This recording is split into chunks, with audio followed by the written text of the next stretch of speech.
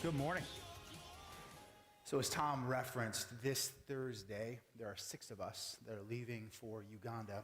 We'll be there until the 21st of July, about 11-day trip, spending some significant time with the Flickworts, as well as with, it looks like we're going to graduate 19 new guys from that discipleship entrepreneurship program, get to do some microloan financing with them, and then also to be able to spend some time with some community leaders and some pastors doing some training, and then spending some time working with some of those guys on some of their projects as they're getting their business off the ground. And so really excited about doing this. We've got 3 of our crew that's never been there before, and so super excited to have some newbies with us as well. But just so grateful for that partnership and the economic empowerment, the gospel impact, ways in which this continues to flourish. And so please be praying for our team, for travel safety, as well as for us to just be a huge encouragement to so many that we're going to interact with, and excited to get to continue this partnership. Let's take a look at the screen, if you would. Anybody know what this is? Yes, it's a rock and sand. This is a picture of what's called Death Valley in California. Anybody been there? So Death Valley in California it's about a 140-mile long stretch in California, and it's identified as the hottest place on earth, believe it or not. In fact, the highest recorded temperature on the planet is 134 degrees and was clocked there a few years ago, 134 degrees. The average rainfall in this space is about an inch, maybe a little more every year. Nothing grows, seemingly, in this space. Recently, a couple years ago, there was a 40-month stretch where less than a half inch fell of rain. Imagine just a desolate place. However, in the spring of 2005, something marvelous happened. Over the course of the winter of 2004, for some reason, there was about 6 inches of rainfall that fell in Death Valley.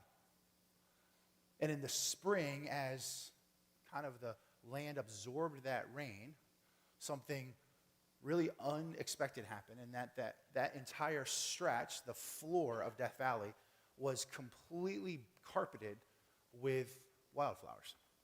Beautiful stretch of wildflowers across this entire desert area. Which meant that while the belief was that nothing was there, and it was Death Valley because nothing grows there, the truth is, as some individuals who researched it said, it isn't fair to call it Death Valley. We should really just call it Dormant Valley, because there were seeds there the entire time. They just didn't have what they needed to be able to grow up and become the flowers that beautifully landscaped that entire area in the spring of 2005. And then they died off because of the sun, and then we have not seen that again. But those seeds are still there. I think this is a beautiful picture of the Christian life. Because we're told that God, when we come to faith in Christ, that God takes the Spirit and places him in us as a seal, as evidence of his work in our lives. The gospel begins to take root in our lives. The gospel, as it begins to take root, is supposed to do a transformational work from the inside out. And yet, we live lives that are frantic, reactive, insecure. We live lives that don't have the confidence and the security that we should have. We're not able to be gracious in response to the people that don't meet our expectations. We're not able to leverage our resources in a way that bring honor and glory and have maximum kingdom impact. Why? Because we haven't allowed the seeds of the gospel to be fanned into flame, to be developed, to be cultivated. For whatever reason, we oftentimes have a limited willingness, maybe capacity, to actually live out lives that are reflective of the gospel of Christ. And I would dare say that that's really what Paul was trying to make a case for throughout the letter of 2 Corinthians. we've called it a paradox of faith. And what we're saying is that Paul, in an effort to try to help the Christians in Corinth who were caught up in all kinds of illicit stuff, he's trying to say, look, there is something about what the gospel has accomplished, what Christ did to bring the gospel to bear, and now the grace that you have received for Christ that is now implanted in you, that should bear fruit, that should show itself, that should display itself in ways that it's not doing it right now. And so he works through a series of different things, whether it be the paradox of comfort and power, of how do we leverage power in the right way, or how do we experience God's comfort in the midst of brokenness. This idea of freedom, meaning that we don't just do whatever we want, but that we actually say yes to the right things, and that we don't say yes to the wrong things, which then frees us up to not be enslaved to our appetites. It allows us to have, as Michael did a fantastic job of laying out last week, to develop a new origin story. That we were born in Adam, born into sin. We were completely enemies of God, deserving of God's wrath. That's our origin story. And yet as we come to faith in Christ, the gospel gives us a new origin story. Because now we are no longer just agents of wrath. We are no longer just the ones that are condemned, but we're now ones that are now brought into Christ. And we now, because of Christ's work, we now have a righteousness that we receive from him, that now we have a new future because he's changed our identity and ultimately altered our origin story.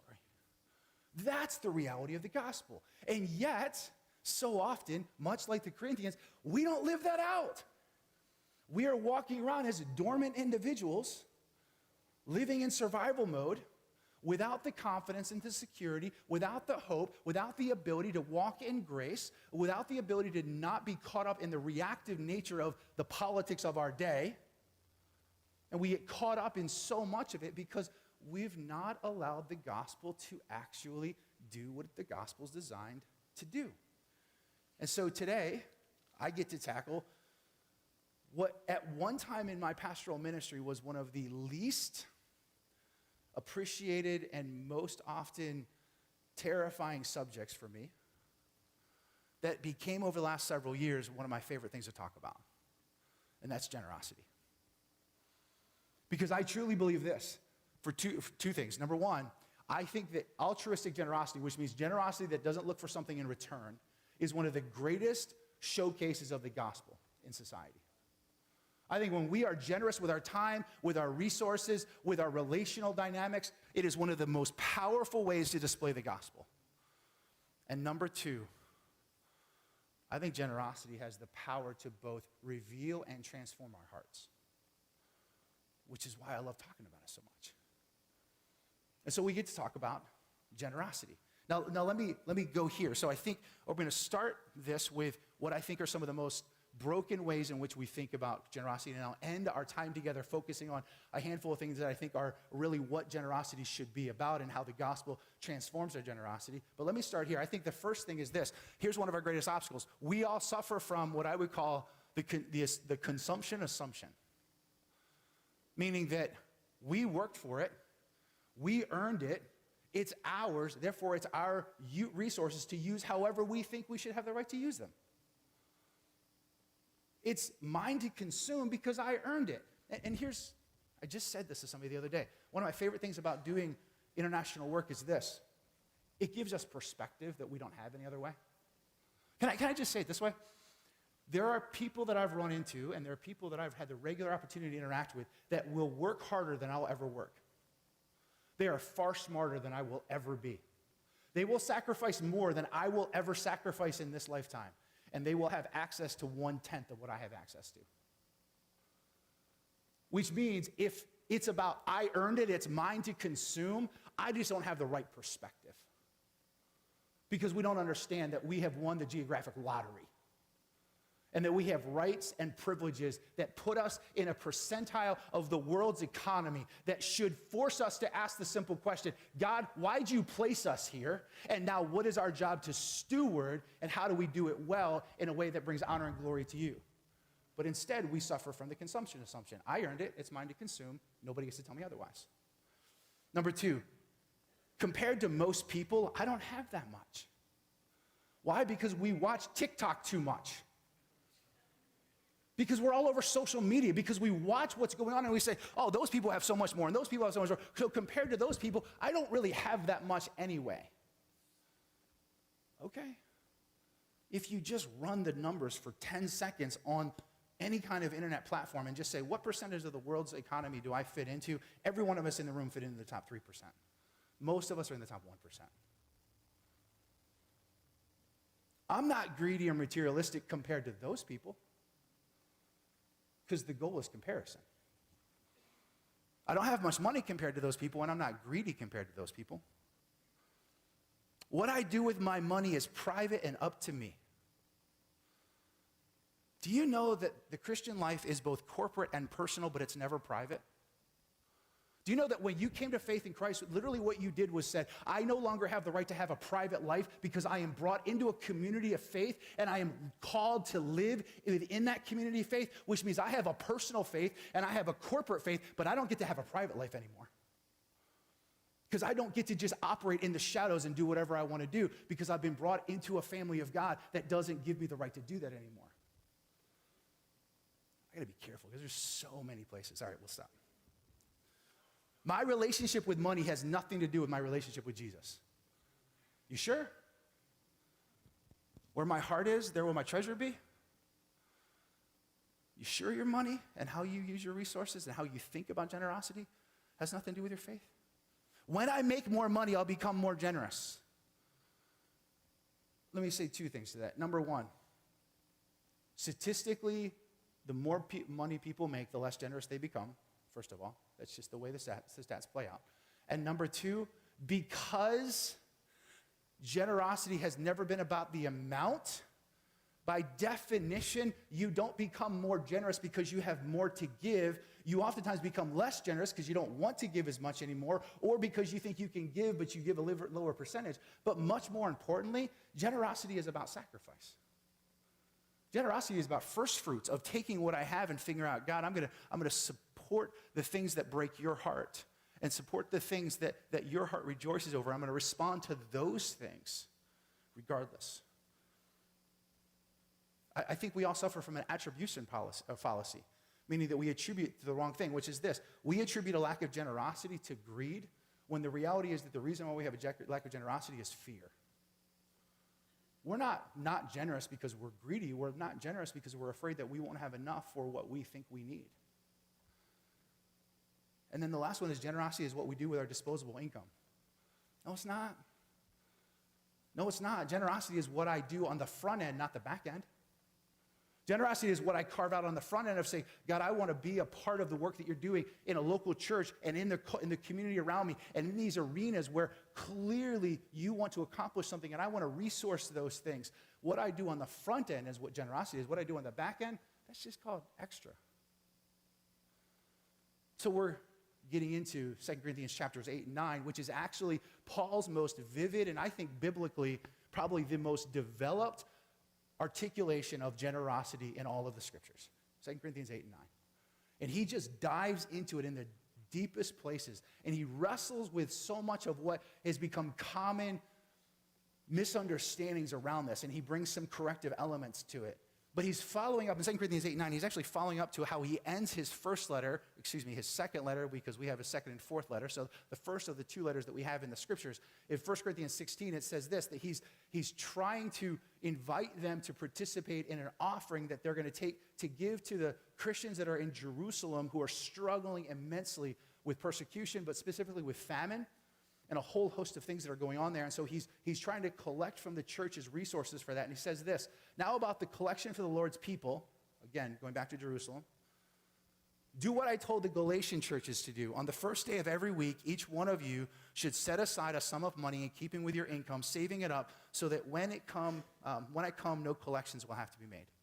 That you set it aside and you strategically live it on a regular basis so you're not just taking the leftovers that you have or trying to come up with it, but you actually are strategically setting it aside so that you can offer it up. So let me let you behind the curtains for a minute. Because things are going to change. And I get that. And I have no problem with that. But I'm just going to tell you my argument for why I've done things a certain way. And if things change, then that's awesome. Do you know why we don't cast an offering plate anymore? Any idea? We stopped doing it at COVID because we didn't want people having to touch the same plate as we passed it down. So we stopped doing it at COVID, but that's been a long time. It doesn't feel like that, but it's been a long time. Do you know why we don't do it anymore? Any idea? Here's why we don't do it anymore. Because I asked them not to. I asked our board not to do it anymore. Because my personal preference is to not put you in a position where you're instinctively reacting to a plate that's in front of you, but that you're forced to be strategic with how it is that you're actually leveraging your resources, intentionally doing it in a way that actually forces you to have a conversation, have to figure it out on the front end, and plan it out rather than just react impulsively to a plate being passed in front of you. Because that's real generosity. It wasn't about giving, it's about generosity. And so we know that we've probably cost ourselves some money because there were people that would put some money in a plate instinctively because it gets passed in front of them impulsively or maybe out of shame or whatever it is. And we decided to sacrifice that so that we could force people to actually have to be more strategic and intentional about their giving plans. That might change. But that's why we haven't done it, because I look at the perspective of generosity and I ask this simple question. How do we get out of the reactive, just impulsive idea of giving because somebody made a plea for money at a concert, or there was an immediate accessible need in the moment? And how do we get to the place where we're actually being intentional and strategic about taking our resources and putting us in a position where we can leverage them strategically for a greater intention? And I think that's what Paul's saying here, is to set it aside with the anticipation that you'll have it when the time comes. So then he picks up in 2 Corinthians 8 and he says it this way. And now, brothers and sisters, we want you to know about the churches that God has given, about the grace that God has given the Macedonian churches. So he's going to talk about a few churches that have been giving to this need in Jerusalem for this church that's been hurting. And you can see it on the map. It's Berea, it's Thessalonica, and it's Philippi at the top of it. Those other churches, or the other cities, are just there for reference point. Where Corinth is, where he's writing to, he's talking about up north, this Macedonian area. Kind of see where the Aegean Sea is there. So he's talking about those churches that were up north, and that we're told the Thessalonican church actually became a church that was celebrated as a model, partially because of what we're about to talk about. And then he goes on and he says something that I think is one of the most provocative things about generosity that I've ever read in my entire life. He says, in the midst of severe trial, their overflowing joy and their extreme poverty welled up in rich generosity. In the midst of severe trial, meaning opposition and persecution, and going through extreme famine and poverty and having limited resources, how did they respond to that? Overflowing joy and rich generosity. That's the most un-American thing I've ever heard in my entire life. That's not the American story. That's not how Americans operate. When we're going through hard times, when we're struggling financially, when we're going through any kind of opposition, we buckle down, we circle the wagons, we rein it in, and we make sure that we are in survival mode and we're looking out for ours. If you don't believe me, how many bunkers are there out there? How is it that we think about difficult experiences in our life? Because I got to protect my own. And Paul's take is, look, they're going through extreme difficulty, and their response was joy and generosity. He goes on in it continues on. For I testify that they gave as much as they were able and even beyond their ability. They gave as much as they were able and even beyond their ability. What does that mean? Beyond what was rational. Beyond what most people look at and say, yeah, you should give that much. That makes sense. They gave an abundance financially that became, for many, an irrational recklessness because they wanted to be a part of what was happening. Entirely on their own, they urgently pleaded with us for the privilege of sharing in this service to the Lord's people, and they exceeded our expectations. They gave themselves first of all to the Lord, and then by the will of God also to us. Their rich generosity came out of extreme poverty and significant adverse circumstances, and they desperately wanted to be a part of something, so they actually gave beyond what anybody would rationally consider to be a legitimate amount. Were they reckless? Were they irresponsible? Or were they just producing wildflowers because the gospel had taken root? And the ideal circumstances for that to take root in their lives wasn't beauty and ease, but actually opposition and hardship. See, they got what I think is three of the biggest shifts of generosity that we have to get to. Here's the three shifts of generosity. And actually, these are the three shifts that I think I started out as a teenager wrestling with, and then I started over my course of my career. I think these are the three shifts that I got to. Here's the first one. You got to give. You got to give. Why? Because the Bible says so. It's your duty to give. It's your duty to give a certain percentage. It's your responsibility to do this, and that is your duty as a Christian. If you don't do this, then God's going to get you. Or if you don't do this, then the church can't do what it needs to do, and we're going to suffer, and we're going to end up closing our doors because you don't give. That's the first kind of push, right? It's either you do it out of duty or you do it out of desperation, but either way, you got to give. And pastors are supposed to stand up and say, you got to give. And that's what I thought was my job as the pastor. And I'm like, yeah, I don't want to do that. A, that's weird. B, it's what I grew up with, which means I'm tainted by it. Here's what I think Paul's doing. He's saying there's some shifts that need to happen. Here's the second shift. You give to God. What was the motivation for giving in the Old Testament? Giving so God will bless you. Give because God will open up his storehouses for you. Give so you can get something. You can't outgive God. So if you don't have pastors saying, you got to give out of duty, then what you get are a bunch of pastors saying, you give because then you get something in return. And I watched all the televangelists that my grandmother watched on television make this case over and over again. You give so you can get. You give because, man, if you do it, God's going to bless you mightily. Then I watch people go through hardship, and I'm like, where'd that come from? Why were they not taken care of the way I think that they should be taken care of? You give so you can get. You give so you can get. That's what Christianity and the gospel is about. And I'm like, oh, okay, maybe. Like, it's not less than that, right? Because we are promised that we will be blessed if we give. We promised if we are generous individuals, that God does produce something in our lives that's significant and meaningful. So I'm not saying it's less than, I'm just saying that we can't allow that to be the driving force. Because I think there's a third shift that actually gets to the core of the gospel. Here's the third one. You get to give. You get to give. You get to take your resources, your finances, and you get to figure out creatively how to take my money and turn it into an expression of love. It's one of the most magical things that can happen on the planet. Is that I get to take money, paper money, or a number on a screen, and I get to figure out how do I take that and turn it into an expression of radical, transformational love. How cool is that?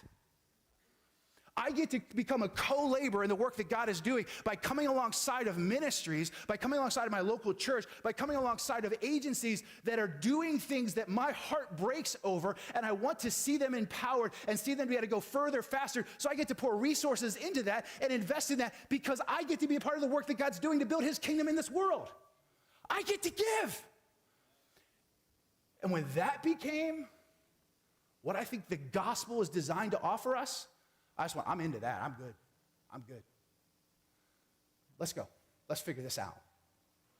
How do we help people understand the joy of getting to give my resources and take my money and transform it into an expression of love? Now, let's have a conversation. Now let's figure out how to do what God has called us to do, not out of duty and not out of even incentivization, but out of an opportunity to be a part of what he's doing in this world. How do I pour gasoline on the fires that God has lit in people's hearts by saying, I want to resource you and help you go do that? How do I come alongside of an individual that says, God is burdening my heart to go do this in ministry, or to go into this missional thing, or to take on this struggle? And how do we come alongside of, hey, we want to financially help to make that possible for you? how do I invest in a local body of believers that is investing in its community and that I can pour resources into that to help them go further, faster, and to build up a staff and to build up strategic partnerships and to have mercy ministries and to have an outreach ministry and have a discipleship ministry that changes the entire community. Do you know that we're for Sparta? And that as a result of being for Sparta, we get to be a part of the work in Sparta in a way that is transformative. This church has been here 167 years. I've had the privilege of being here for 27 of those years, and I've got to see God do some incredible stuff here. We get to be a part of that. Why would you not want to be a part of that? Why would you not want to look around and say, there are ministries doing incredible stuff, and I want to figure out how do I invest in that? And hear people hearts break over things that they want to go be a part of that they think God's calling them into and say, how do I help do that? I don't want to miss that. We get to give. I got to move on, but man, I would sit here for another 20 minutes. Once that strategic shift happened in my heart, it opened the entire conversation generosity up. He goes on in verse 7, but since you excel in everything, he's saying, hey, there's been significant growth. We're seeing the gospel take root in these areas. We're seeing you have a greater faith. We're seeing in the way that you speak to one another, that's changing. We're seeing you excel in knowledge, in growing in your understanding of the faith, in earnestness and following through and persevering. And in love, we're seeing you learn to love each other in the way that you are called to. He says, because you are excelling in everything, see to it also that you excel in the grace of giving. That this is an area that you prioritize. I am not commanding you, but I want to test the sincerity of your love by comparing it with the earnestness of others. For you know the grace of the Lord Jesus Christ, that though he was rich, yet for your sake he became poor, so that you through his poverty might become rich. What's the standard for excelling in the grace of giving? Christ's work on the cross. What's the standard for saying, am I developing and growing and responding to the grace that's been planted in my heart? Am I blooming wildflowers, or am I just dormant and desolate? Well, it depends. How is the grace of God and the work that Christ has accomplished for me taking root and displaying itself? Which is why several years ago we introduced what I call the difference between greed math and grace math. There's a friend of mine that spent a lot of time working on this and had some great conversations with him about it. And we kind of were developing this concept several years ago. Greed math starts out this way. What have I acquired? Meaning, what have I earned? What is mine to consume? What do I have? How can I spend what I've gotten on the new thing, on the upgrade, on the thing that's going to make my life easier or better or more comfortable? And then how do I go get more of it so I can have more creature comforts? What have I been able to acquire? The hard work, the ingenuity, all of those sacrifices. What have I acquired? What can I get for what I've acquired? And now how do I get some more of it? Do you know the mindset that this is coming out of? This is about a 5-year-old. Look what I got for my birthday. Look what I did for my chores. It's now going to burn a hole in my pocket so I can go spend it. And as soon as I spend it, I want to know how I can get some more of it so I can let it burn a hole in my pocket again so I can go spend it. That's a 5-year-old. That's also the American normal. What's grace math? What have I been given? Not what have I acquired, but what because of the mind and the body and the physical well-being and the locale that I live in, what have I been having been given the blessing to go and receive? Because every good and perfect gift comes from above. What have I been given? How do I show gratitude for the fact that I have it? Not entitlement because I've acquired it, but gratitude because I've been given it. And then how do I take that and steward that in a way where I can be strategically generous with it? Not have I acquired, but what have I been given? Not how do I spend it, how do I express generosity for it? Not how do I get more of it, but how do I become strategically generous with what I have? Greed math, what's the result of that? Increased desire for more, because the appetites of a man's heart are never fully satisfied. Diminished enjoyment of what you have, because you and I both know that that thing that you got last week in about a month is no longer going to give you the satisfaction that you thought it did. The new car smell goes away. The new phone needs to be replaced. Whatever you have, there's a diminished enjoyment over time. And then it's missed opportunities because you're not getting to give in the ways that you should be. So you've missed opportunities to build God's kingdom and actually be a part of the work that he's doing all over the world. That's greed math. That's American math. That's normal. Grace math. What have I been given? How do I show gratitude? Strategic generosity. Deep fulfillment. That I get to be part of what God's doing. I experience God's blessing in my life, not just financially, but relationally, and the way that he just brings a peace and brings the ability to be resilient in the face of significant challenges, and that I get to be a part of building God's kingdom. I could have just shown this and walked off the stage. Why? Because I think this is self-explanatory. And I think this is the whole get to give conversation.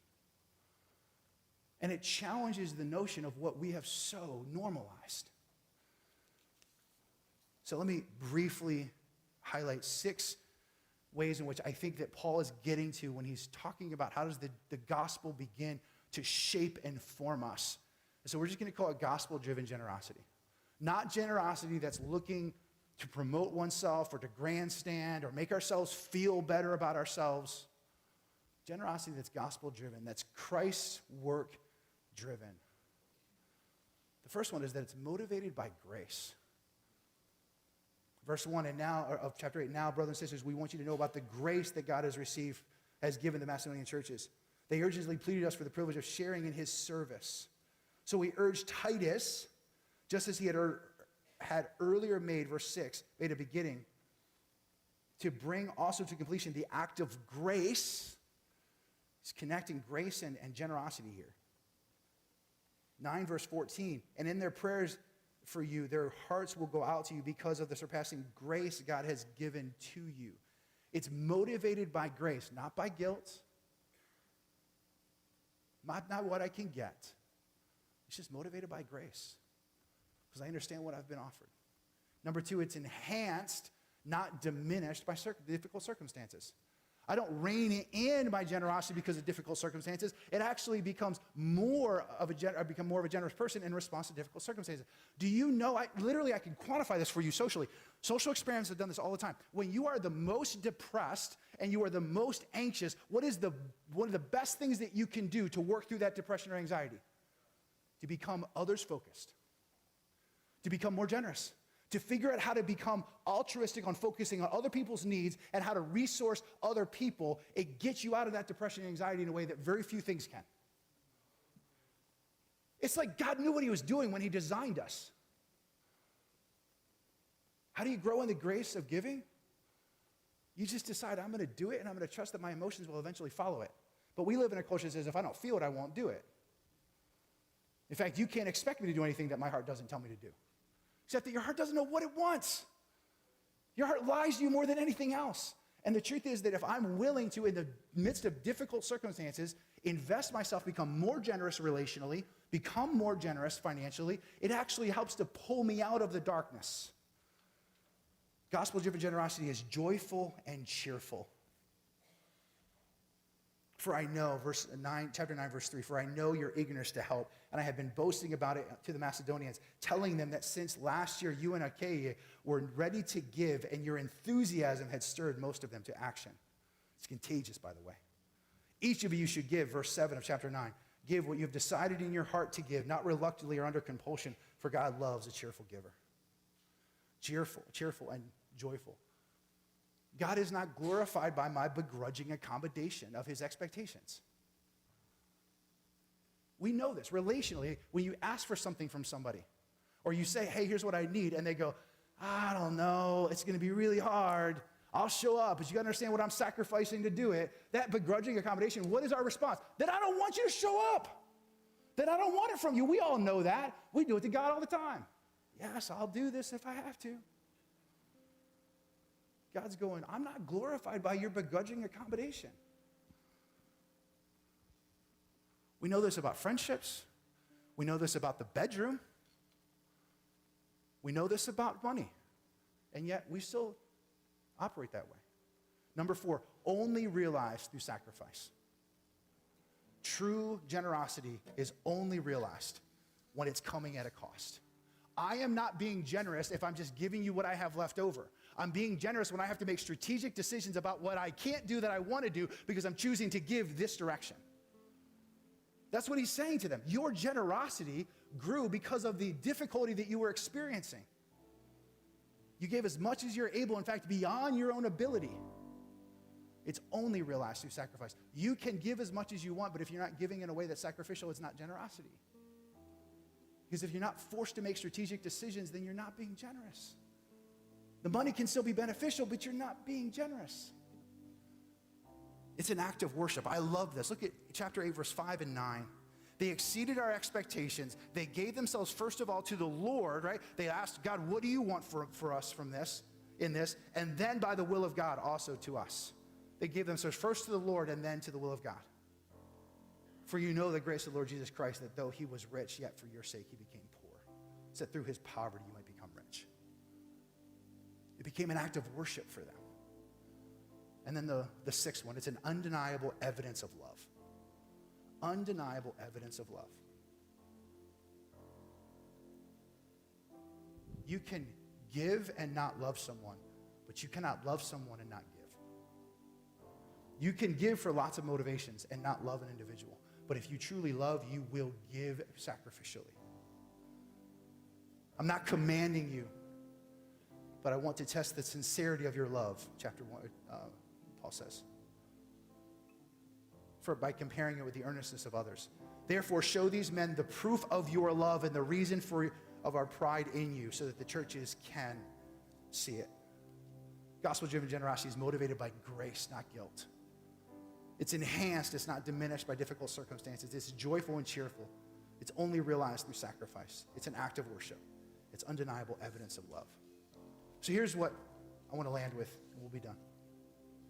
5 paradoxes of generosity. 5 gospel ways in which generosity is transformed once we understand the nature of it. Here's the first one. It's not about the money, because it's never been about the money. Rather, the reflection and protection of your own heart. Generosity reveals something about your heart, and it protects your heart from the consumption, and from the belief that somehow a little more is going to give me greater peace. It's not about raising your standard of living, rather raising your standard of giving. The American dream is that I can raise my standard of living. The truth is, some of you have come to me asking about job transitions over the years. And I always ask the question, why? And some of you have said, because it'll give us more financial flexibility, give us more opportunity, and all of that's fine. But do you know there's several of you that have come, and the conversation is because if I have the opportunity to make this job change, I will have more resources freed up to be able to invest in this, and in this, and in this, and in this.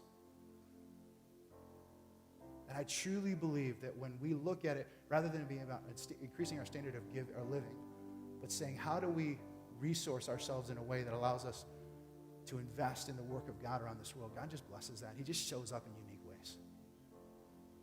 It's not about building my kingdom, rather bringing his kingdom to earth, transforming money into expressions of transformative love. It's not about building my kingdom, but figuring out how do I bring his kingdom to earth. It's not about living my best life right now, but rather leaving the greatest legacy that I can.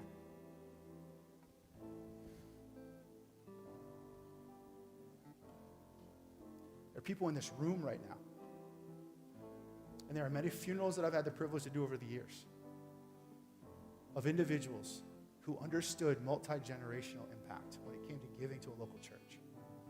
And that their desire is to sacrifice their own standard of living and their own comfort now to invest financially in a local body so that it can have multi-generational impact over the last 167 years, and I pray the next 100 to come. And those people are sitting in this room right now. And we are the beneficiaries of so many who saw and understood it's not about my standard of living. It's not about living my best life. It's about leaving a legacy. And here's the last one. It's not about hard work pays off. That social media framework for this makes no sense to me. It's not about hard work pays off. Rather, he's stewarding the abilities, the opportunities, the resources, the advantages that I've been given for maximum kingdom impact. It's not about, I get hard work, that I can go buy this thing, and I can have this creature comfort, I can have this, and I can have this, I can have this. No, it's about how do I leverage the resources, the opportunities, the good health, the mental acuity. How do I leverage all of what he's given me to go have the greatest kingdom impact possible? That's gospel-defined, gospel-driven generosity. Which means it doesn't matter how much you make. The question is, how do you steward it for the greatest possible good? And how do we allow the gospel to transform us so it transforms how we relate to money? Would you stand together?